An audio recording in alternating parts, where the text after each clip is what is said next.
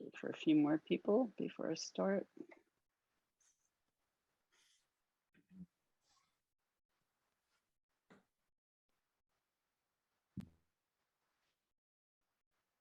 Hi, everyone. Thank you so much for coming. My name is Stacy, and I'm a senior bookseller and the events coordinator at Belmont Books. Belmont Books, for those of you who are not familiar with us, is an independent and locally owned bookstore in Belmont, Massachusetts. Before we begin, I'd like to let you know that we have a number of virtual events coming up, including Brant Cooper in conversation with Robert Buderi tomorrow night, and Judy Bolton-Fastman in conversation with Jessica Keener on Thursday. You can register for these and our other events on our website, belmontbooks.com, which is also where you can purchase tonight's books. If you have any questions for the authors, please type them into the Q&A section and we will get to as many questions as we can. We are so happy to be having another Writers Craft event. It's been a while, and we're very excited to welcome Steve Almond, Kristen Millares Young, Michelle Bowdler, and our moderator, Dariel Suarez. I want to tell you a little bit about them, and then I will turn the event over to them. Steve Almond is the author of 10 books of fiction and nonfiction, including the New York Times bestsellers Against Football and Candy Freak. His short stories have appeared in the Best American Short Stories, the Best American Mysteries, and the Pushcart Prize anthologies. His essays and reviews have appeared in the New York Times Magazine, the Wall Street Journal, the Washington Post, and elsewhere. He lives outside Boston with his wife and 3 children. Kristen Millares Young is the author of the novel Subduction, a Paris Review staff pick, which won Nautilus and IPPY awards. Her essays, reviews, and investigations appeared most recently in the Washington Post. She's the editor of Seismic, a Washington State Book Award finalist. A former Hugo House prose writer in residence, Kristen was the researcher for the New York Times team that produced Snowfall, which won a Pulitzer Prize. Michelle Bowdler is the executive director of health and wellness at Tufts University, and after graduating from the Harvard School of Public Health, has worked on social justice issues related to rape for over a decade. Is Rape a Crime is her first book. She is a recipient of a 2017 Barbara Deming Memorial Award and has been a fellow at Ragdale and McDowell. Michelle's writing has been published in the New York Times, and her essays, Eventually You Will Tell Your Kids and Babalog, were nominated for Pushcart Prizes. Is Rape a Crime was longlisted for the National Book Award in Nonfiction. Dariel Suarez is a Cuban-born author of the debut novel, The Playwright's House. He is an inaugural City of Boston Artist Fellow and the Education Director at GrubStreet, the country's largest independent creative writing center. He has been published widely and is currently at work on a second novel about the effects of human trafficking, migration, and the broken promises of the American dream through the lens of a multicultural family. And without further ado, I will turn the event over to the authors. Thank you, everyone. Thank you, Stacy. Thank you, Belmont Books, for hosting all of us. And thank you to our wonderful panelists, whom I'm excited to speak with tonight, and all of you attending and listening in. So today I have questions for our wonderful panelists on the topic of literary investigations, and we'll dig in a little bit more into what that means and some of the things that writers sort of think about or have to contend with when thinking about these things in their work. We're also going to have time for Q&A later in the hour. So if you do have questions as we're talking, please pop them into the Q&A function at the bottom of your Zoom screen, and I'm happy to get to them later on, and we'll try to get to as many of them as possible. But before we get into all of that, I think it would be great for our panelists to give us all a little taste of their work. So I think they're all going to do a very short reading for us, and we're going to go in the order of Michelle, Steve, and Kristen. So Michelle, if you don't mind kicking us off with a short reading.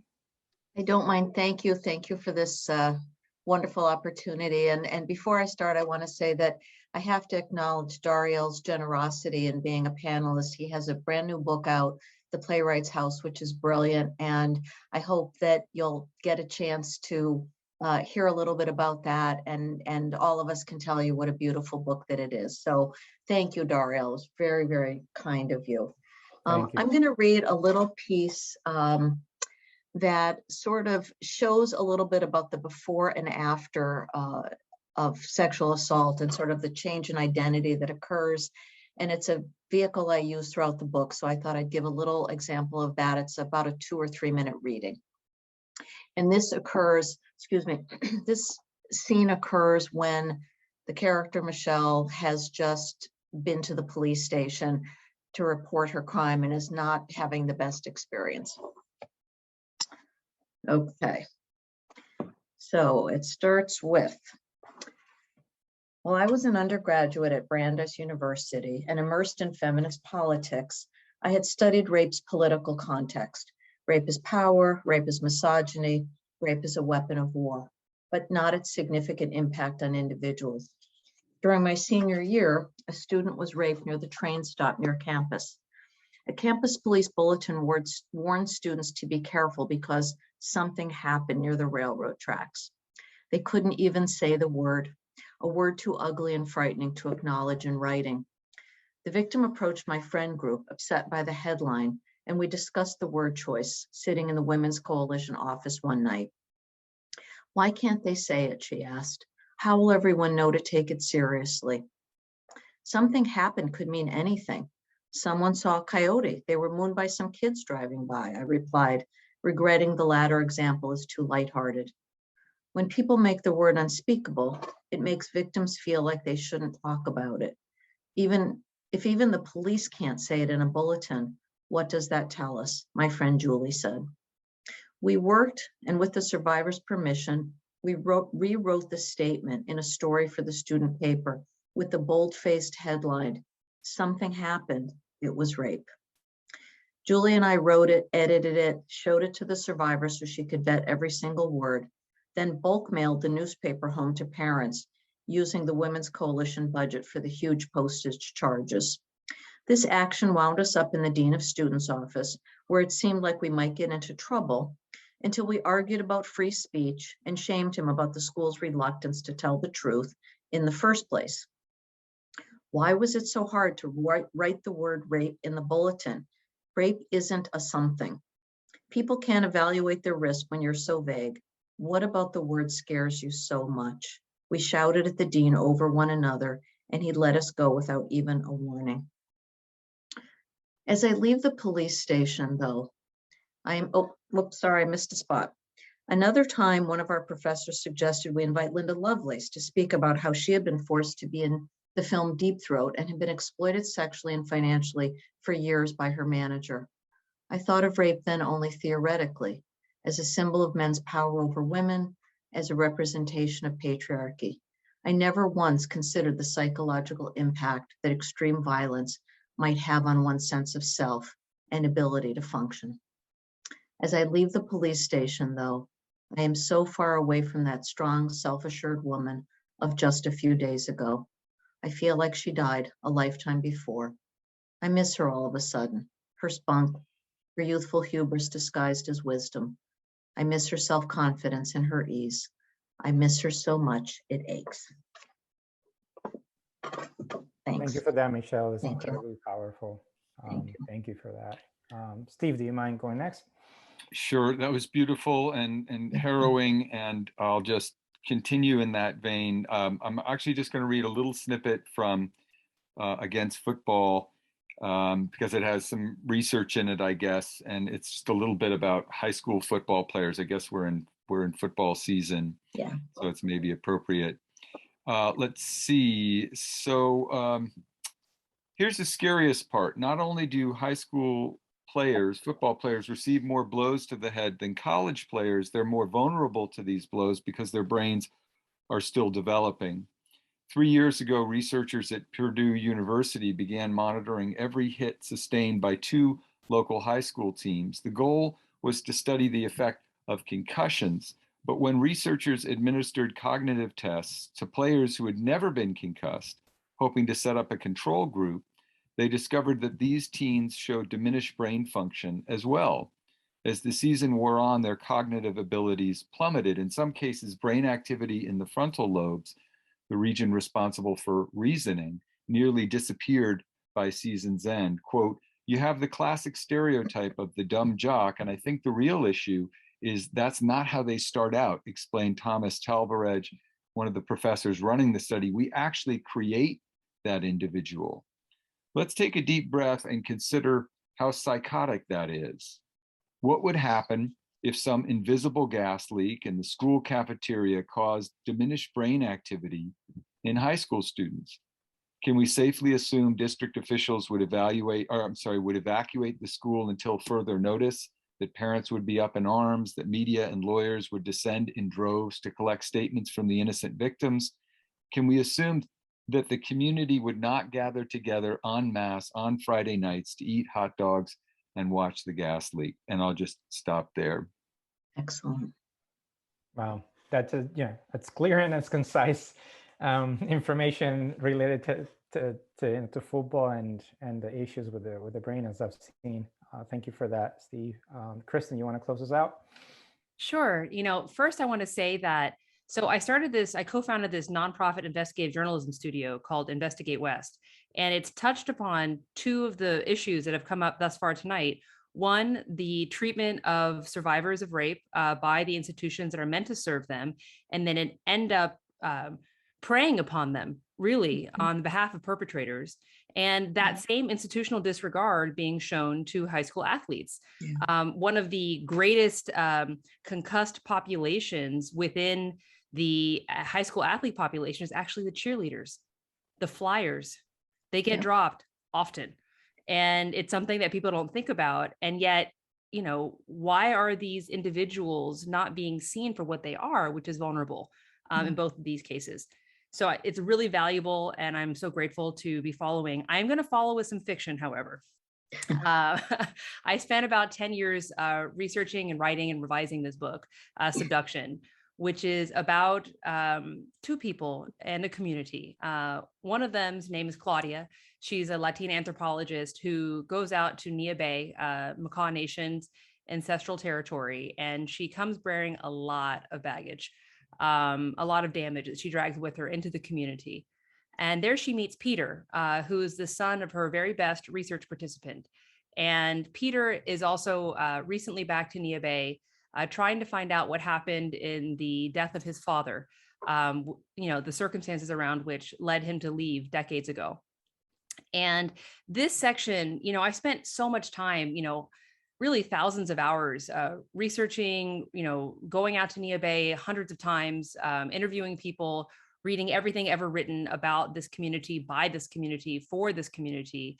And yet, one of the things I think people often forget when they create a deeply researched work of fiction is that the greatest literary investigation that one must conduct is into the mentality of the characters and into their histories. Too often, people spend so much time on building the world that they forget to people it with real people. So here we have Peter, about midway through the book. It was his dad who taught him to watch women, one night when he'd been kicked to the curb yet again. It don't matter what they say, he muttered. You got to watch what you do when they're not looking. He swayed and shook his head. No, that's not what I meant. You got to watch what they do when you're not looking. At the time, all Peter could think was, how can you watch what they do when you're not looking? He didn't say much, just took the cigarette his dad offered to spite his mom, and they sat smoking in silence until his dad said, you got to know yourself because no one else will, and then you got to leg up on him. Maybe his dad drank because deep down he did see himself and hated what he saw. His jealousy took many forms, making a monster of him, scattering bruises across the two people who loved him the most. As a kid, Peter tried not to take sides unless it got physical, which meant he sided with whoever was talking to him, offering little nods and head shakes so they keep going. Peter didn't see himself as a broken man. Most days, he's held himself apart from the idea of failure. True self-knowledge likes to play hard to get, but whether he wanted to or not, Peter sensed things about other people. Claudia seemed worn so thin by self-denial that she was liable to do something stupid. At least he hoped so. Thanks. Thank you, Kristen, for that. Thanks also for the context about characters. As a fellow fiction writer, I'm 100% with you about researching and the importance of that as it relates to actual characters and people. So I thought that, now that we've gotten a great taste, I believe Stacy posted the links to everyone's books in the chat, so make sure to check them out. I wanted to sort of start it in kind of an obvious place, and I think it is the place that we all, when we were deciding on the conversation for this event, where we also started ourselves, which is this question of research versus sort of a more artful result. And the way that I wanted to frame it is, I think of writing as sort of an active translation, and I don't just say that because English is my second language. I mean more, whether it's our imagination or our ideas or the work we've researched and things we've learned.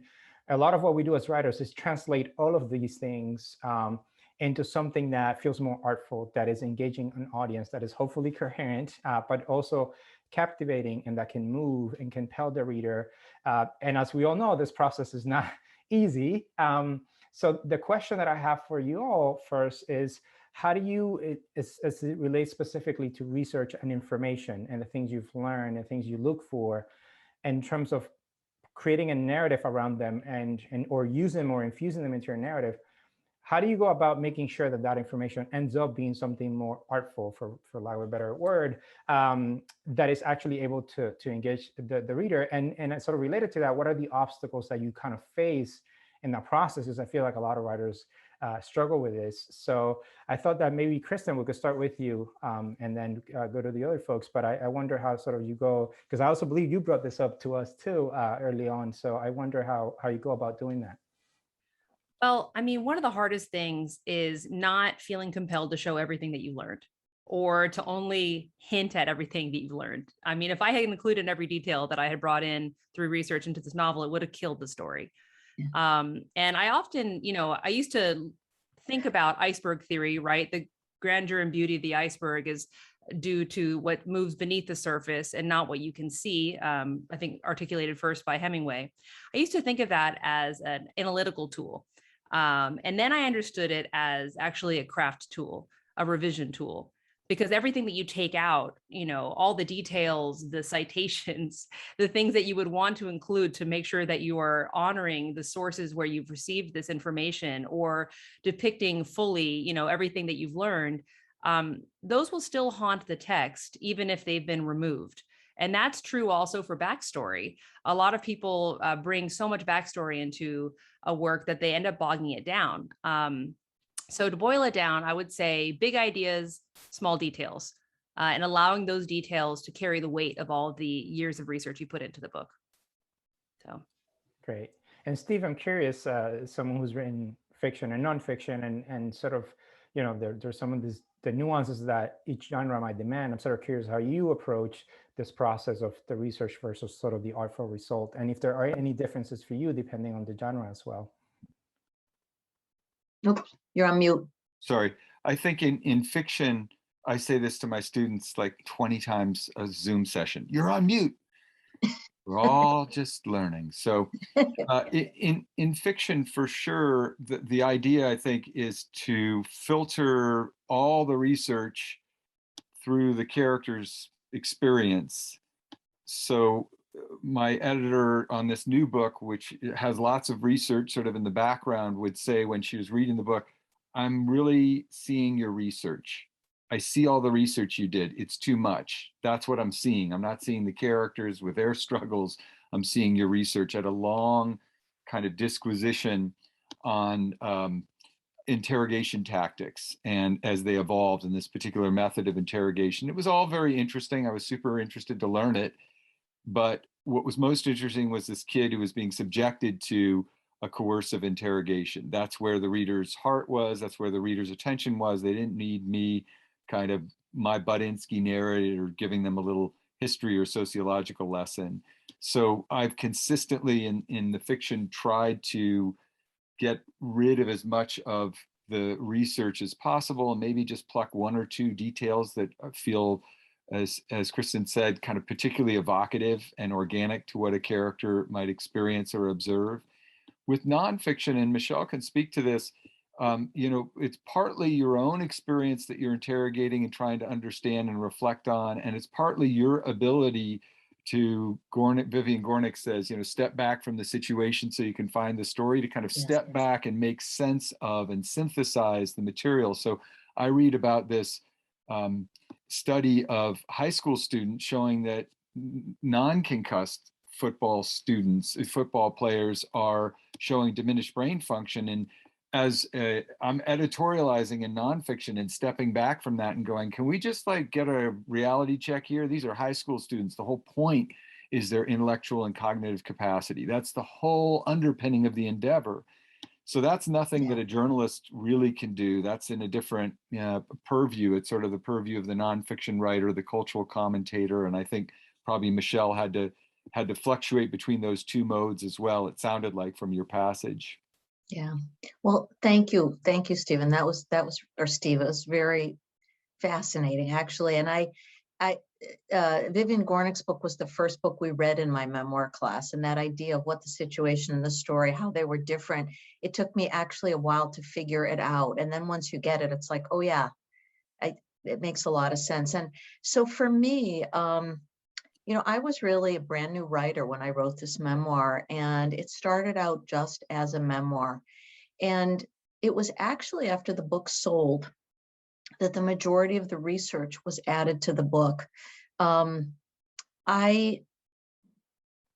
it was easier to do than I expected, because in the end I had about 150 endnotes, and I would look at a passage and I would say, gee, this thing was said to me in the hospital about, the father, meaning the rapist, and parental rights. I wonder if that was ever said to anybody else. And I would look it up, and sure enough, it was like I wasn't alone. And I learned a lot about the things that I thought were uniquely my experience or my shame. And it sounds so silly to me now when I think about all that I learned in researching the book, but it helped me understand my own anger. And that, in fact, I had been doing research for years to validate my own sense of shame and why it was that I couldn't move on. I already had it, but I had to put it in the book. And it was important. Like initially, for example, I had a section about stupid things politicians have said about rape, and there were 15 examples. And we shortened it to 3, because after you read 3, you get the point. So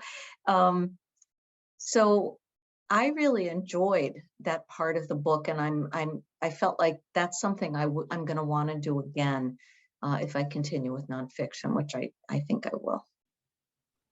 And that's very fascinating. And also how our own personal relationships to research and what it does for us too sort of informs how we engage with it in the work that we ultimately write. I think that's really interesting.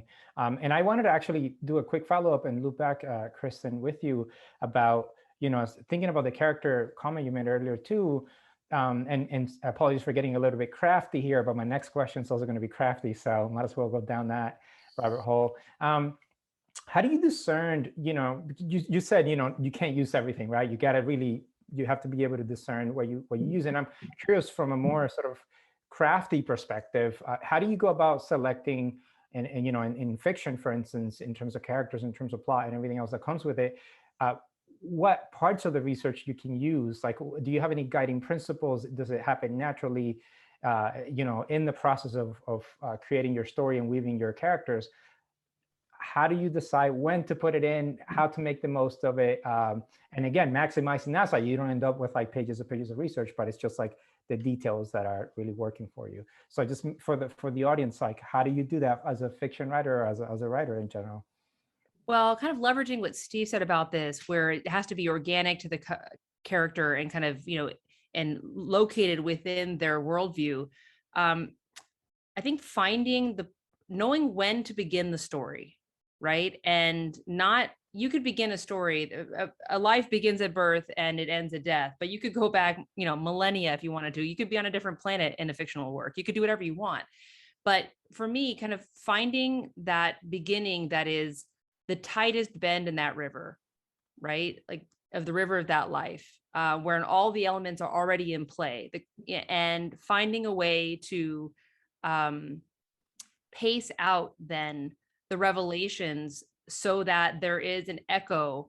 I work a lot with the concept of fractals, because they're self-repeating, self-similar patterns that are found throughout nature. And, you know, when I was charting Peter and Claudia's kind of ways of being and actions and thoughts throughout the book, I ended up going crazy. I mean, I probably shouldn't use that term, but I made a chart and I put them on a graph, and I found that they created a sine cosine wave, which didn't surprise me because what they're working with, the setting is that, near the sea, and they were working a lot with song, and those sine cosine patterns are found in the sea and in song. So if you are working within the setting, the characters, psychological settings and the cultural setting and the geographic settings, there's a pattern making that will happen naturally between the characters if you're paying attention. But then the other thing is that, my book really pivots around what the characters do not disclose to each other. And that's a lot. They tell things to the wrong people or to one person and not to the other person.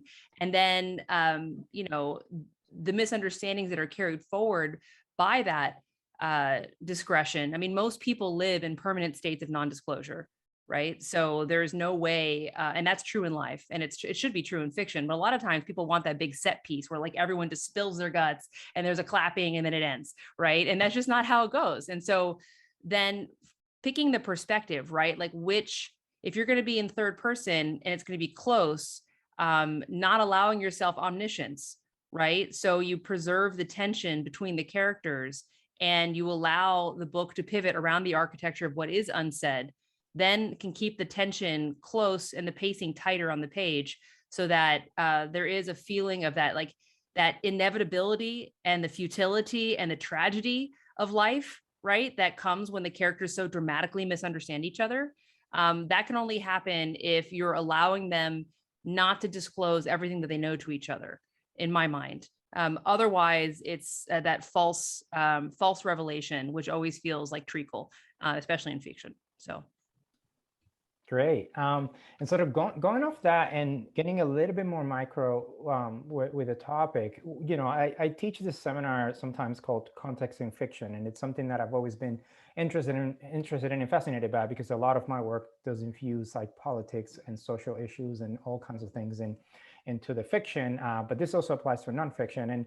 And a lot of the questions that I get in these sessions are like, how do you make sure that you include context in your work and make sure that you ground the reader or expand on something, or give backstory, etc., but you don't confuse or bored your reader?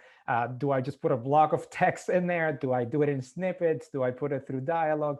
There's sort of a lot of different ways to go about doing this. And I'm curious for you all, whether in fiction or nonfiction, how you, in terms of the times where you feel like context is needed of some kind, whether for a character or a situation or a place or whatever that might be, what are the ways in which you approach that work, and to make sure that it's working for the reader, to make sure that it's working, for the narrative, and you're not losing momentum, etc., and that the reader can follow whatever it is you're trying to give them. So I'm curious, and maybe Steve, we can start with you on the notion of context and how, whatever that means to you, and how you go about including that in your work. I deal with this all the time in seminars. I think part of the struggle is that we are in creative writing. There's this kind of dogma that you should always be showing and not telling, and that you're always best to be in scene rather than exposition, and that if you give the reader too much information, it will become an information dump and they'll get bored. And that's created a pattern that I see. It really resides in the writer's insecurity. I think it has to do with working in a time where most storytelling is in movies and TV, which is an immersive media. And we're sort of trying to apply their rules, the rules of TV and movies, to a very different kind of art, where you have to have a narrator who acts as a showrunner, who guides the reader through the story. And that means that that narrator has to tell us just enough that we can feel what we're being shown. You can't, and what I see is that people leap into scene over and over again. Writers leap into scene over and over again because they think that's the exciting part. They think the reader won't get bored. They're really insecure.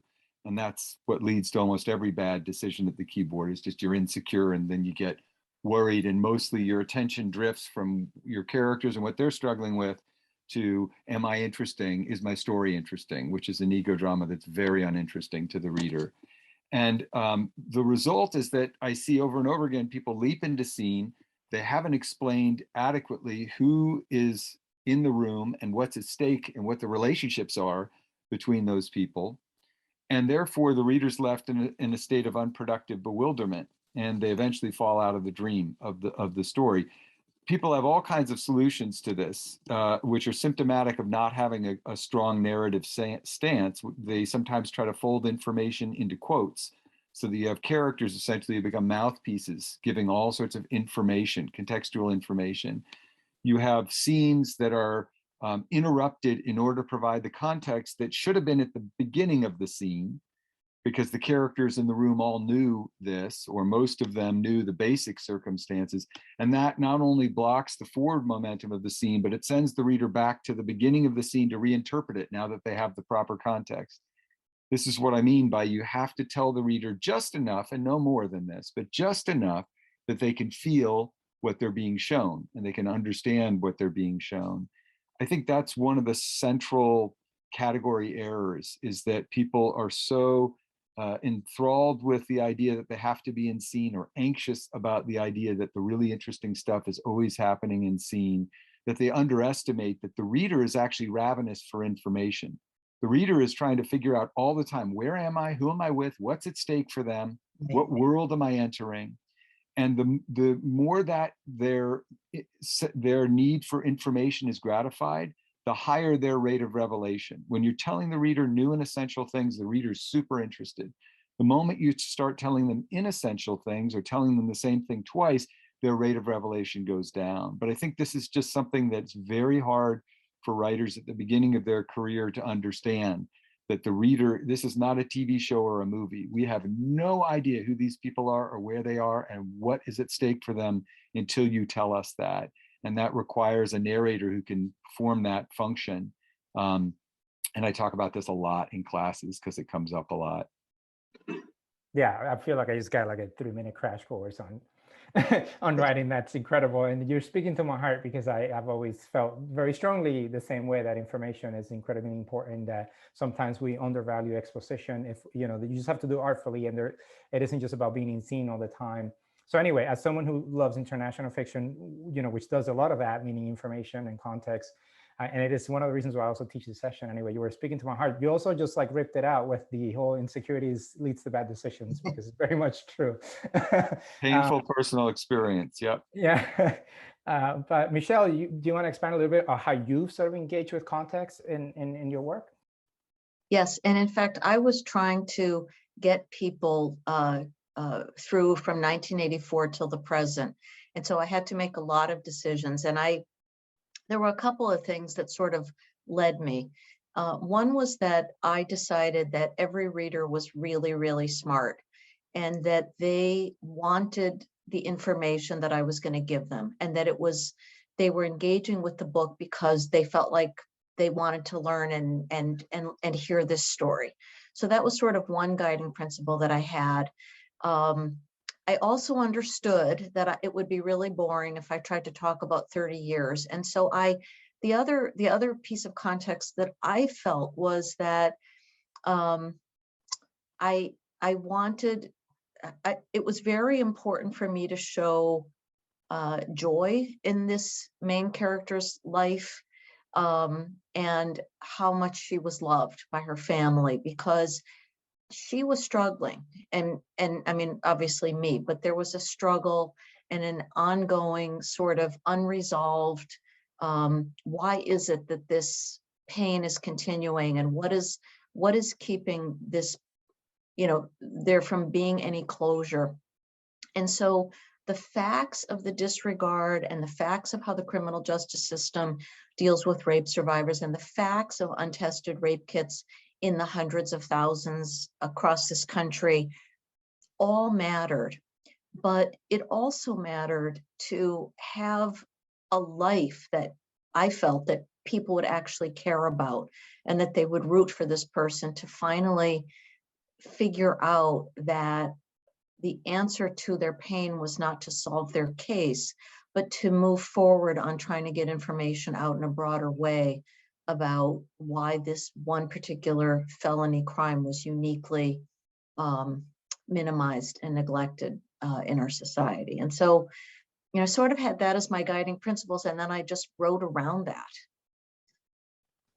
Yeah, I love that idea of having guiding principles for the Yeah. work. It can help you focus, keep focusing grounded. I also, you know, as you mentioned, when you first mentioned, Michelle, about time, which is something that we sometimes don't consider, but the notion of time and having to cover a span of time, it does influence how much, not just how much research we need to do, but how much information and context we actually have to provide for a reader to be grounded. And so just a reminder, I see some questions coming into the Q&A, which is fantastic. Means that our panelists are doing an awesome job with their conversation. So just a reminder to please pop them into the Q&A at the bottom. I'll get to them in a second. I have one more question before we start engaging with your questions. This is sort of like stepping back from the craft and the micro, sort of going back to the more, I guess, logistical sort of question about the actual act of researching.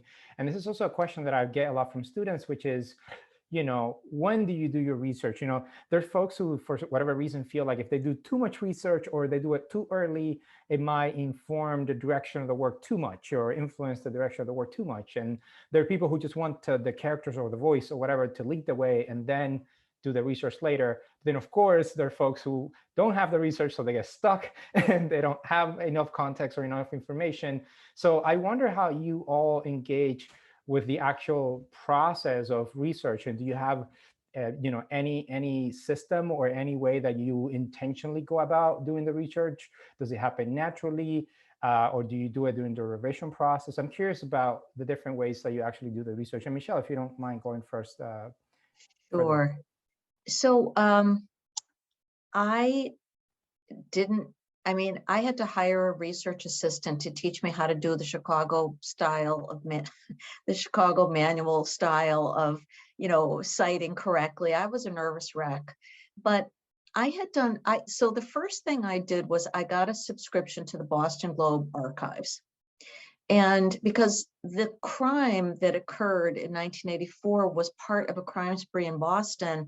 And at the time, my particular home invasion and assault was a major story. And I had a copy of it for years. And so I had to get a copy of it from the Boston Globe archives. And while I was there, I started looking up things like, I remember I was writing about Anita Hill, and I wanted to talk about sort of just the Thomas hearings and people's response to her and my response to her. So I tried to find in the Boston Globe archives Anita Hill before October 5th, 1991, and there was nothing.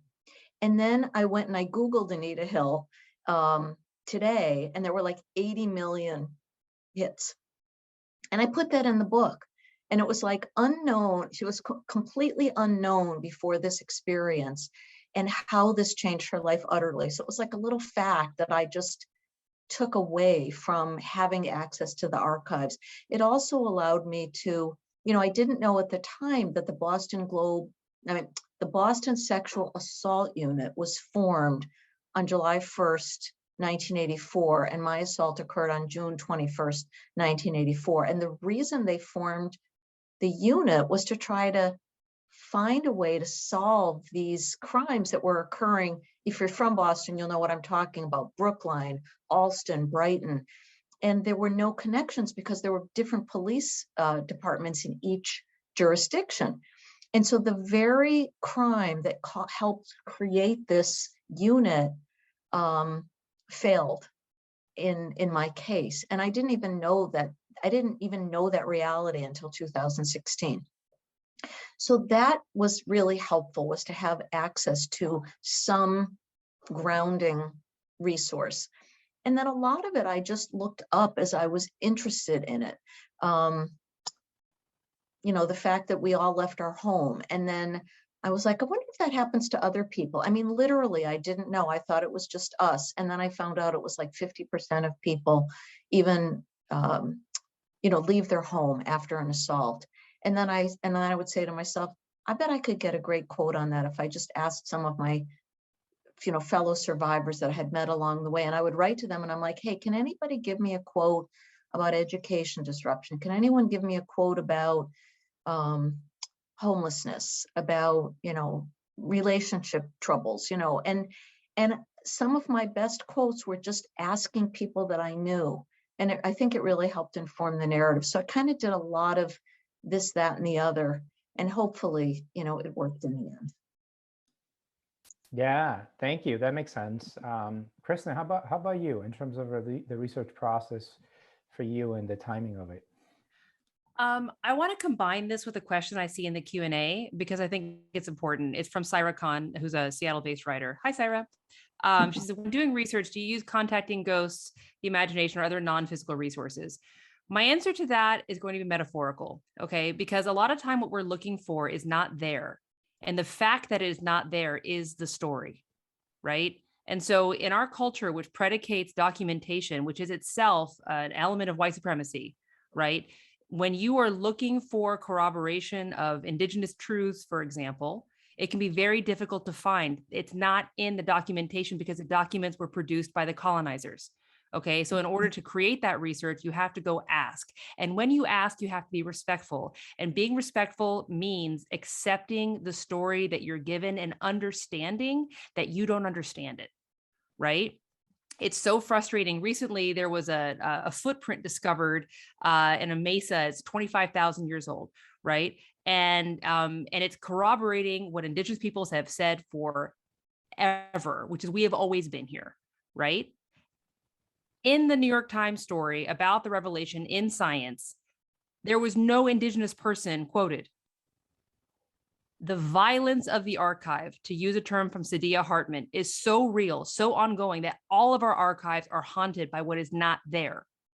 So a lot of times when people are doing research, they either want to pretend that there is no gap there, or if there's a divergence between the stories that the documents are saying, or the divergence between an oral history that's given and a documentation of that event, they want to minimize the divergence. And as an investigative reporter and as a fiction writer and as a woman, frankly, who has had to live in this woman's body throughout 40 years, and that just being, and I being the luckiest 40 years of the millennia of my line, right? The divergences and the absences are the story. And there are ghosts haunting every single one of those divergences and ghosts haunting every single absence. So what I like to do when doing research is keeping not just a list of like my answered questions, right? But things that I cannot find answers for, things that I cannot reconcile. And so I keep a research log that is separate from the document that is containing everything that is found. And it's things that I cannot find, right? Or lingering questions. And also, in addition to that, a lot of times people don't understand how their own emotional state when doing the research colors how they see what they find. Right. So I like to keep, it's a little bit of a diary, frankly, that is where am I in my life? What am I thinking about? What am I frustrated by? What's happening? And so that I understand that I have a subjective relationship with these facts that I'm finding, right? And that relationship can really change what I see. And for people who are doing on-site research, where they're doing kind of basically gumshoe reporting, this is an immersive journalism technique that was taught to me by Maggie Messett, really great Pittsburgh-based writer. And she says this: you have to go back. If you were trying to figure out what's happening on a bench on a certain morning, you can't just go one morning and then report what you see. You've got to go back again and again and again and again, right? If you're actually trying to be in any way representative, knowing that you will likely fail, right? And accepting and representing your own failure, in my mind, when people are self-indicting on the page, it buys them so much authority and so much understanding on the part of the reader. So yes, allowing all of those haunting, allowing the research absences and divergences to remain in the text, rather than doing what has been so often done by so many narrators, what we're taught to do, which is speaking with absolute authority, right? For me, the authority is recognizing that the story will always be incomplete.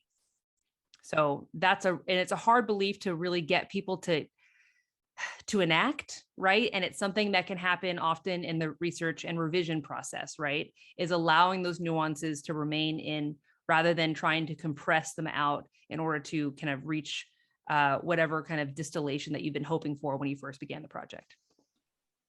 Thank you for that, Kristen. It's incredibly illuminating. It really makes me think about the fact that this process is subjective to a large extent, and we really do have to interrogate where we're getting the information and what kinds of erasures we may be perpetuating in the way that we're sort of using this information in our own stories. And this is sort of a different thing, but when I'm thinking about writing about a place like Cuba, where the narrative has been controlled for many years by one particular group of people, in a sense, you have to interrogate where you're getting the information. You have to interrogate what is history, what is truth, what is fact.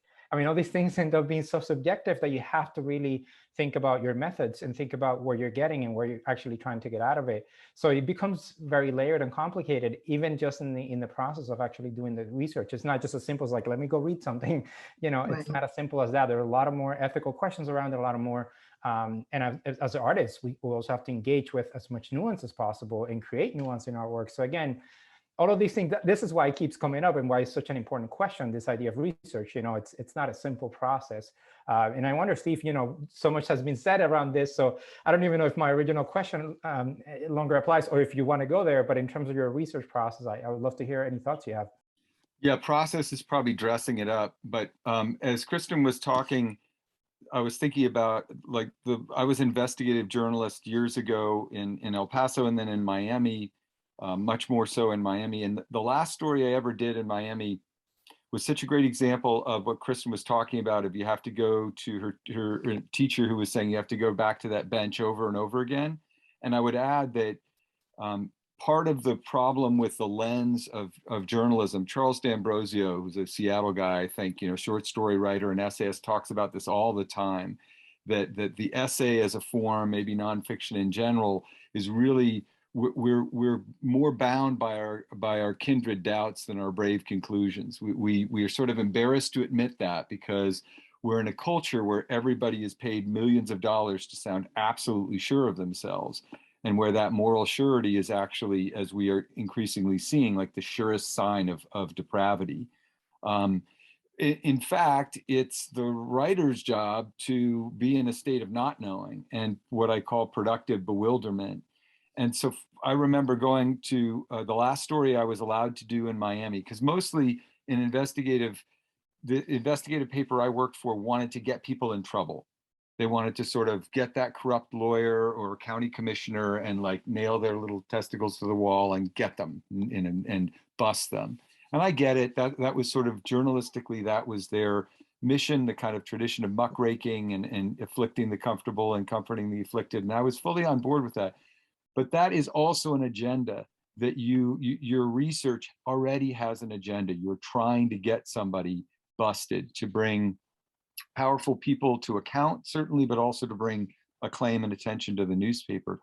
And the last story I was allowed to do was, I was basically allowed to immerse myself in this huge housing development in Liberty City in the middle of Miami, and just to go back over and over and over again without any agenda at all. Initially to just play cards because I was a big card player, and there were these very intense games of cards that would be played, but also just to get to know the people who lived there, which was mostly moms and aunties and little kids. And without the normal agenda, which would probably have to do with drugs or violent crime, that would be the lens through which that neighborhood would be seen essentially as a criminal habitat through the lens of traditional journalism. But when I spent a whole bunch of time there, I started without an agenda and went back to that bench over and over and over again. What I saw is, well, there's actually two kinds of stories that are emerging over and over again. And one has to do with how pervasive violence is as a response to kind of thwarted desire and thwarted meaning, and also the inability of mothers in particular, but parents in general, to really be able to effectively love their kids because they were too mired in depression and distress. And that just kept coming up over and over and over and over again. Those were the two stories essentially that I saw in that place, spending a year or so going there every weekend and sometimes during the week as well. But the crucial thing was that I didn't have an agenda. And the problem is, as fiction writers and nonfiction writers, we tend to want to have an agenda. I'm very guilty of this myself in bad stories where I was trying to use the lens of literature to understand the cultural forces that had led to the 2016 election. I really had to resist the urge that was constantly there, because it's my particular form of bigotry, to somehow separate myself from people who voted for Trump and to pathologize them, or to somehow put them in some category or that was separate from me. When in fact, the best and most important parts of that book are the places where I'm trying to sort of address everybody who exalts their grievances to hide from their vulnerabilities, for instance, or who tries to find in sports or comedy a way of stepping around the sense of civic despair and outrage that we should feel pretty much every minute of the day. So I had to actively kind of fight my own biases and my own agendas. And I think that's maybe part of what Kristen was talking about, is doing research is really important, but also recognizing the erasures in that record and your own blind spots as a writer and your own agendas which create those blind spots. Yeah, I love all of that, Steve. It's like applying some of the same principles that we hope to apply as writers in terms of, engaging with layers and engaging with contradictions and not making assumptions, see where the story goes and really listening to characters, etc. Even in the research process, in going to a place or a neighborhood to engage with, learning, a lot of that also, you have to apply some of these same principles. You have to not have an agenda. You have to see where the story takes you, what you're learning, subjectivity, interrogate it, turn it on its head, go into the gray areas. So I think it's also something that I'm taking away from this as well, in the way that I need to continue to do research for my work, which is to really be conscious of these things as I am doing the research, because it opens up a lot of doors, and it can actually enrich the work, because I'm taking myself and my agenda out of the equation, and I'm really listening, and I'm really looking at all the different layers. So anyway, I hope this has been interesting to the audience. I know there are a couple of questions that have come in that I would love to get to, and a reminder that links of our panelists' incredible books are in the chat, so you can get them there. We have one question, sort of an extension of the last question I asked, and kind of logistical in terms of how much time do you spend, or percentage of time do you spend researching versus writing and editing? And I think that this is sort of like, yeah, I've heard from writers before that they obsess so much with the research that they never get around to the writing. So I'm curious, maybe Michelle, you could answer first, like, how do you sort of separate the time that you spend between the research and writing, or how would you sort of put it into percentages? So I don't think that question would apply for somebody who's written like 5 books, because I think that it would be different for every single one. For me, I spent a lot more time writing the memoir portion of the book than I did researching. And I honestly would say 90%, 10%, although when you read the book, you would not guess that, because it took me years to craft a story out of this event and sort of the meaning of it. I had to figure out the meaning of it for myself before I could actually write about it. And then I learned a lot more about myself as I wrote, and actually as I did the research. But I would say that in other projects that I'm working on now, I'm tempted to do some bit of research first. And I think it's because I don't have a big manuscript in front of me that I'm trying to make sense of. And so I think that I would be interested in what Kristen and Steve would say, because I think it's probably different with every single project. So, yeah. Yeah, and Kristen or Steve, do you want to add to that or speak to your? I mean, I promised myself after Subduction, because I researched for 2 years before writing a word, which I do not recommend to my students, right? Because usually what you'll do is you'll convince yourself that you don't know enough and you never will know enough to write the story, right? And especially when dealing with something as fraught as a long history of contact between colonizers and indigenous people within our settler colonial state, right? So I did that, and then I started researching, and then I started writing, but the research process for me continued, right? Because the writing would reveal what I didn't know, and it's a question too of researching the cultural and historical and socioeconomic, geologic contexts, right? That's one thing, but then also researching the emotional nuance, right? Which becomes the deep thought work that you're talking about, Michelle. Crafting meaning out of the story of what happens, of what we do to each other, what is done to us. So, the idea that the research ends at one point, I think is a false one. I think the research is continuous because you're always evolving your knowledge, and in some ways, you have to conclude the project before you reach completion. There is no completion. There's only a gesture towards that possibility of true understanding, which is the reason that we write and read. And so understanding, Annie Dillard actually helped me with this in her writing.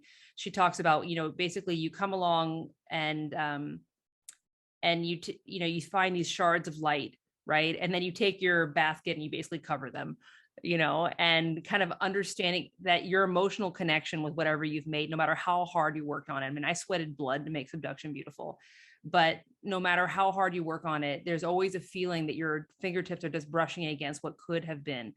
And to the extent that it's possible, I found that the real revelations occurred continuously and then would necessitate revisions. And that in those revisions, the best part of the writing would emerge, right? The revision was the place where the lyricism and the beauty was able to shine through. And so it doesn't end, unfortunately. And I promised myself I wasn't going to do that again with Great Mother, which is my next book.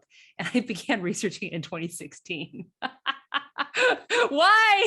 But I can't stop. I mean, millennia of misogyny is so much. But I have to believe that in truth, and people said this to me before, and I don't think I truly understood it. And now because it's a really a Faustian bargain.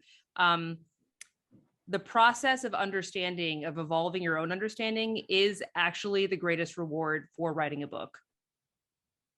And if you really take that in, it's hard. And it's one of those things I don't necessarily reveal to my students right away because I want to give them the impetus to keep going. But honestly, that is the reward. And the people you meet along the way are the reward. And for people who are hoping for some kind of external validation, let me tell you right now, it's really what you learn and who you meet along the way. So. Thank you, Kristen. And I love that answer that, what percentage of time do you spend researching? The simple answer, it doesn't end. It just, it just doesn't simple. So Steve, I'm gonna go to you for the last question, because I think this is referring back to something you said. And thank you, Jesse, fellow Groby, for your question. But this question you mentioned earlier about the idea of providing new essential information to keep a reader engaged. I think this is going back to the idea of infusing the research and providing context and grounding the reader. But there's also a question about repetition, and which is a technique that's used in a lot of different books to good effect. So I'd love for you to sort of respond to that, because I have some thoughts myself, but I would love to hear your thoughts on the notion of like new information versus repetition.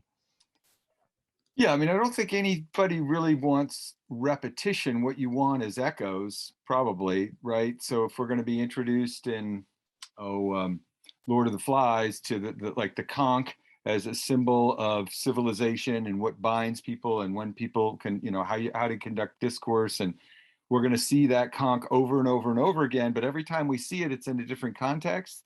Or I'm thinking of this novel that will be coming out in the spring, the Leap Motif, which is just a fancy word for a repeating kind of pattern, is secrets. And Kristen made reference to this, how everybody in the narrative is keeping secrets from one another. And the word secrets and the idea and the concept and the particular different secrets that everybody's keeping come up over and over again. But every time they come up, Jesse, they're coming up hopefully in some new context. And so I think of it more as sort of creating echoes. Earlier, Kristen mentioned fractals. This would be like the repetition in a particular pattern we in our lives have this same thing. And in some ways, Michelle might be talking about this as well, of what to put it kind of in psychoanalytic terms, repetition compulsions, the patterns that we're playing out over and over again, being unable to move past a particular experience because there's something in it that we haven't figured out yet. And only in the process of writing the book, working on the project, do we figure out what its meaning is. The way I think of it is, when you're writing nonfiction, especially, like to the students I teach at the Neiman, who are all really badass journalists, but are for the first time are writing creative nonfiction, I have to say to them, look, there are sort of 4 big R's in this work of creative nonfiction. You're doing reporting. You guys know how to do that like crazy. Research, you guys know how to do that really well. But then there's recollection, which means personal experience. And that gets a little bit more scary because that's to do with disclosure and understanding your story. And then there's reflection, which is really ultimately the most important, or for me anyway, it's what separates a really good, delicious memoir from one that just leaves me kind of cold. I am always interested in, and I heard this in Michelle's passage, in the narrator who is the character experiences things, has events that happen in their lives, and the narrator renders those events as experiences. They understand, they're able to pluck from the rush of experience what the meaning of those were. It's part of, I think, what Kristen means when she says the fringe benefit of this work, the central benefit of it, is that you come to understand what you've lived through. That's the work of reflection. That's what we really want in our own lives, to understand what we've lived through and what it meant, and how it felt, and what we're, why we're maybe in an ongoing state of agitation or confusion about it, keep circling it. It's only reflection that kind of helps us be at peace with and understand our experience. And that's the central thing I'm after when I read nonfiction, and frankly, even when I read fiction. Okay, maybe an author has created that world and arranged the relationships, but what I'm looking for is that quality of a narrator, whether it's a character or a narrator that's outside the consciousness of the characters, who is in some ways starting to understand what the experiences mean, what everybody has lived through. That's kind of like what I'm always wishing for in my own life. So I have to go to books to get it usually. Can I say something about Yeah. that as well? I really like that answer. And I remember when I didn't know I wanted to be an English major yet, and I was reading a book that about Gertrude Stein, and she says there is no repetition, there is no repetition, there is no repetition. So I have to say, and also she has a metaphor about a river and how you go back to the river and you think you're looking at the same spot, but there's been movement, and so you're never really back to the same spot. And I actually do use repetition in my book a little bit. Like there's a part earlier in the book where my spouse says to me, "You're not crazy. What happened to you is crazy." But early in the book, I actually don't believe her. And in the end, I come back to that. And by then I know she was absolutely right. And so it's repeated, but its meaning has changed. And I think that it's a vehicle we can use if it's thoughtful, and you're not just using it in a way that is actually really boring and tiresome, or you lost track of what you already said and you've said it 3 times already. Yeah, I agree with you, Michelle. And in the context of fiction, because I was thinking about that with the question, it's not so much the information or the thing that might be repeating. It's not, that isn't always just the center of it, but it's whatever it's surrounded that has changed and evolved, and how the characters are engaging has changed, and the stakes have changed. And so therefore you might see sort of the appearance of repetition, but what's happening is there's actual movement. And so there's an effect that happens where that repetition can ground you in a sense, and even have more power because things around it or the characters around it have changed, and the relationships to that have changed. So I've seen that in workshops. We talk about this thing keeps showing up, but you haven't really changed in the way that is informing the story, in the way that is impacting the story of the characters, and therefore the reader might have questions of why it keeps showing up. But if you do the work, then they may not even notice. They just sort of realize that this is either a motif or just moving the story forward, and it's keeping you grounded. So anyway, there's just a million different ways, and for every rule there's a counter, a counter approach.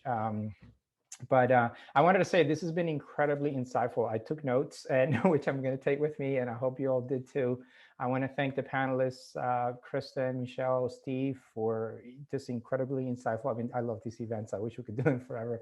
As a writer, I'm so greedy, and I want to learn more. I also want to thank Belmont Books, incredible bookstore. Please make sure to support it for hosting us tonight. And I'm going to throw it back to Stacy to close us out. Thank you so much, everyone.